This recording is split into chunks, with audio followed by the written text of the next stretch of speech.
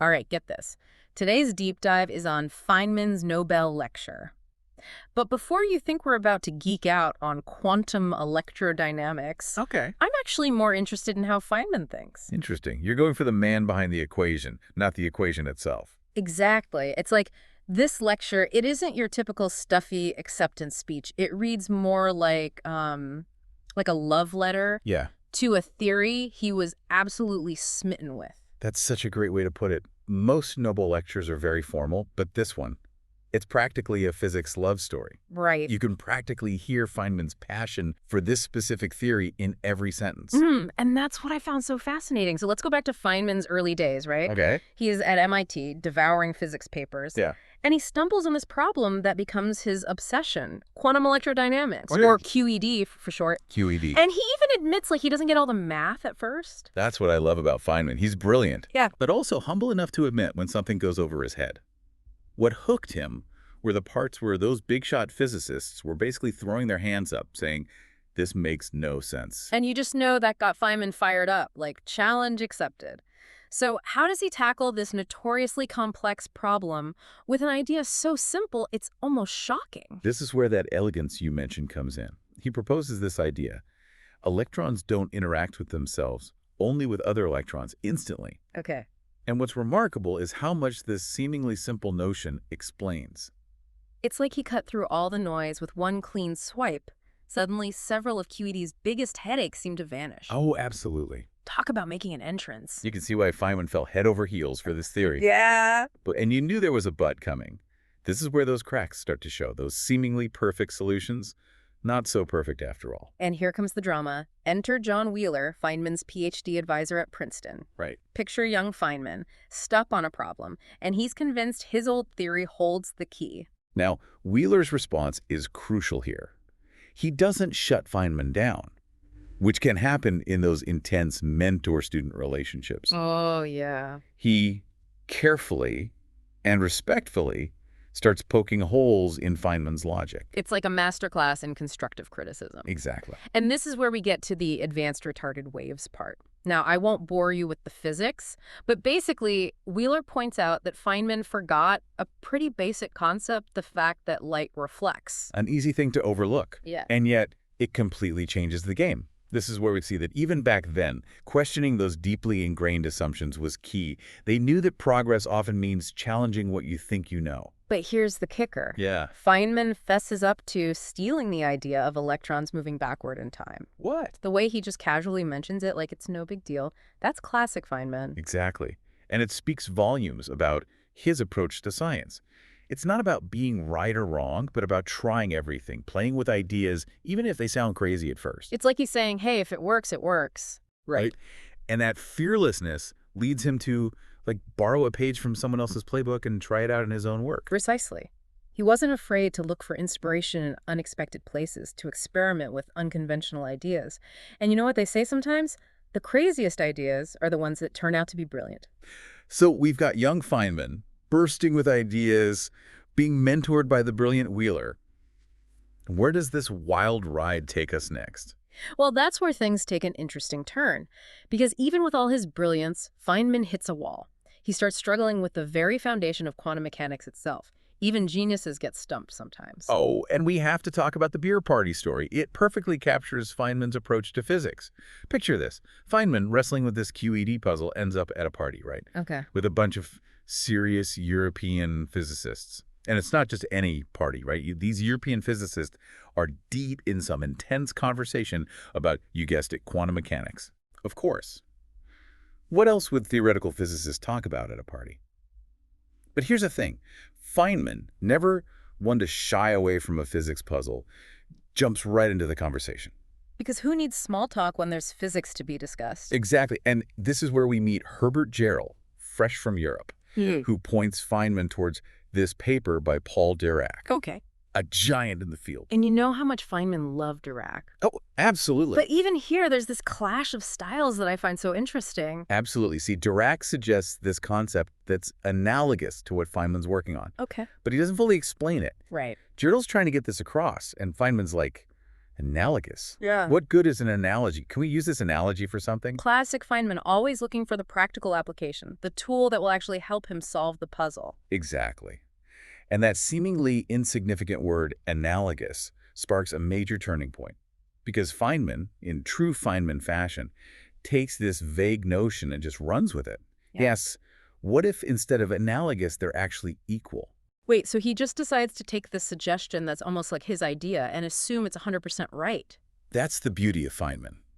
He wasn't afraid to try something bold, even if it meant challenging the thinking of someone like Dirac.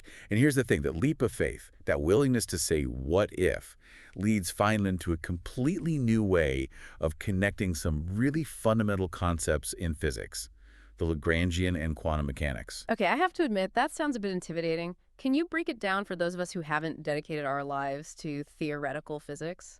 Of course. The Lagrangian is basically a mathematical way to describe how a physical system changes over time. Okay. And Feynman found this incredibly elegant connection between this concept and the world of quantum mechanics, thanks to that analogous turned equal hunch. So by questioning this seemingly small detail, he unlocks this whole new understanding of how things work at the quantum level. Exactly. And get this, he stumbles onto this groundbreaking insight, not by hunkering down in some stuffy library, but by, Yeah. lying in bed. You're kidding. One of the biggest breakthroughs in quantum mechanics came to him while he was trying to sleep. It's the truth. He even talked about how he would sometimes work on problems in his head while driving, and he'd have to pull over to jot down his ideas. That was Feynman, always thinking, always exploring. And this breakthrough leads him to develop this mind-boggling concept called path integrals. Okay, that sounds a bit intimidating. I promise it's fascinating. Imagine a particle traveling from point A to point B. Now, in the classical world, it would just take the shortest path, right? But in the quantum world, things get weird. Feynman realized that a particle doesn't just travel in a straight line. Instead, it takes every possible path simultaneously. Hold on, it's like the particle is going on a road trip and taking every single route at the same time. That's a great way to put it. It's as if the particle is exploring every possible route, and each route contributes to the final outcome. This path integral approach was like discovering a secret language of the universe at the quantum level. So, by thinking about particles in this completely different way, Feynman finds a way to make sense of quantum mechanics on his own terms. Exactly. And all of this is happening while he's juggling these other problems, like how to make his theories work with Einstein's theory of special relativity. Remember, he's got all these brilliant ideas swirling around, and not all of them are working out perfectly. He even tries to come up with his own version of the Dirac equation. So even Feynman, with his incredible talent and drive, hits roadblocks just like the rest of us. Absolutely, and that's so important to remember. Even geniuses encounter setbacks. In fact, it's often those setbacks that lead to even more profound discoveries. It's like that saying, sometimes you win, sometimes you learn. And Feynman, he was always learning. Okay, so we've got Feynman, knee-deep in QED, exploring the strange world of path integrals. And, well, I'm sensing another plot twist coming. Enter the Lamb shift. Ooh, this sounds juicy. What's the Lamb shift and why should we care? Well, Willis Lamb, another brilliant physicist, performs this experiment that measures a tiny energy difference between two specific states in a hydrogen atom. Okay. And get this, the existing theory of QED at the time just could not explain it. It was a complete head-scratcher. So everyone's stumped, right? The world's brightest minds are baffled by this tiny energy difference in a hydrogen atom. What happens next? So everyone's stumped, right? The world's brightest minds are baffled by this tiny energy difference in a hydrogen atom. What happens next? Well, not everyone is stumped. Oh. Enter Hans Bethe, Feynman's colleague at Cornell. Okay. Now, Bethe, he was known for being a practical problem solver. Right. So how does he approach the Lamb shift puzzle? Yeah. He decides to get a little Creative. Like, what do you mean? Did he pull out a chalkboard and start doodling? Practically. See, the existing theory predicted an infinite energy for the electron, Okay. which obviously couldn't be right. Yeah. Bethe's idea was basically, okay, let's just pretend the energy is finite. For now, do the calculations and see what we get. That's so Feynman-esque. Just ignore the impossible part and see if the math works out anyway. Right. Bold move. It might sound like cheating, Yeah. but it was a stroke of genius. This idea, later called renormalization, revolutionized how we think about QED. It allowed physicists to tame those pesky infinities, and get answers that actually matched reality. So B finds a way to make the math work, even if it means bending the rules a little? Exactly. Where does that leave Feynman? Armed with this new tool, he starts making serious headway on his own QED calculations. Okay. But of course, it wouldn't be a Feynman story without a few hiccups along the way. Right? Oh, there's always a hiccup with Feynman. Always. What happened? Did he accidentally spill coffee on his notes again? Picture this. Feynman and Bia working through these incredibly complex equations on a blackboard. Okay. They hit a snag, can't figure out why they're getting this frothy result. Turns out, they'd made a simple arithmetic error. Wait, seriously? These titans of physics stuck because of a misplaced decimal point or something? It happens to the best of us, Wow. even Nobel laureates. But what's fascinating is how this mistake, this humbling reminder that everyone makes them, plays into Feynman's process. You're saying there's a silver lining to that blackboard blunder. Absolutely. Because it's through correcting that mistake, through painstakingly going over every single step, that Feynman starts developing his famous diagram. Those diagrams, the squiggly lines and arrows that physicists use to represent particle interactions. Exactly. I've always thought they looked kind of like abstract art, to be honest. They're deceptively simple, but revolutionary.